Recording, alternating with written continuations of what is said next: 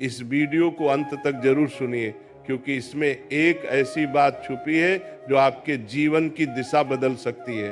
ये केवल एक कथा नहीं, एक अनुभव है जो आपके मन, विश्वास और कर्म तीनों को छू जाएगा।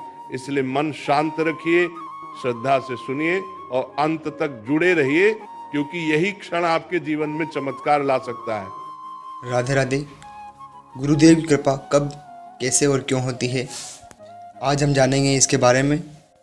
कहा जाता है कि जब साधक तैयार होता है तब गुरुदेव स्वयं चलकर आते हैं।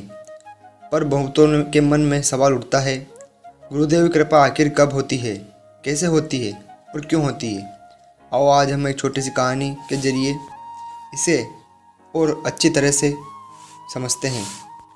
एक युवक था, आरव। वो हर जगह गुरु की तलाश में घूमता रहा, कभी आश्रमों में, कभी मंदिरों में, कभी हिमालय की बर्फीली चोटियों पर। परंतु वह हर जगह से खाली लौटा।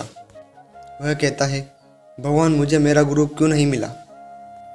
एक दिन वह बहुत थक गया, जंगल के किनारे बैठ गया। आंसू बह निकले। उसी समय एक वृद्ध संत उधर से गुजरे। संत मुस्कुराए। बेटा, क्यों रो रहा है? आरव बोला, मैं वर्षों से गुरु की खोज में हूँ, पर कोई कृपा नहीं होती। शायद मैं उस योग्य नहीं हूँ।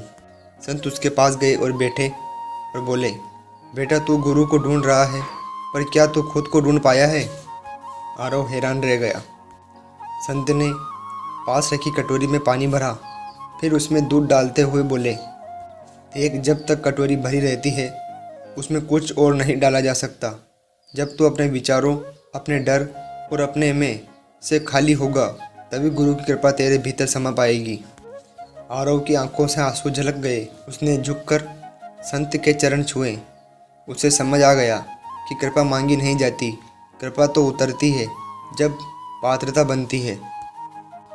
गुरुदेव की कृपा तब होती है जब हृदय विनम्र होता है, जब मन शांत होता है, जब अहंकार मिट जाता है। वो कृपा कैसे होती है? कभी एक दृष्टि से, कभी एक वचन से, कभी एक मौन संकेत से, कभी जीवन की किसी घटना के रूप में, तो हमें भीतर तक झंझोर देती है। और वो कृपा क्यों होती है? क्योंकि गुरु का एक ही उद्देश्य होता है, हमें अंधकार से प्रकाश की ओर ले जाना। हमें नया बनाना नहीं, बल्कि हमें हमसे मिलवाना। गुरुदेव की कृपा हमेशा बरसती रहती है, बस बादल हमारे भीतर हैं।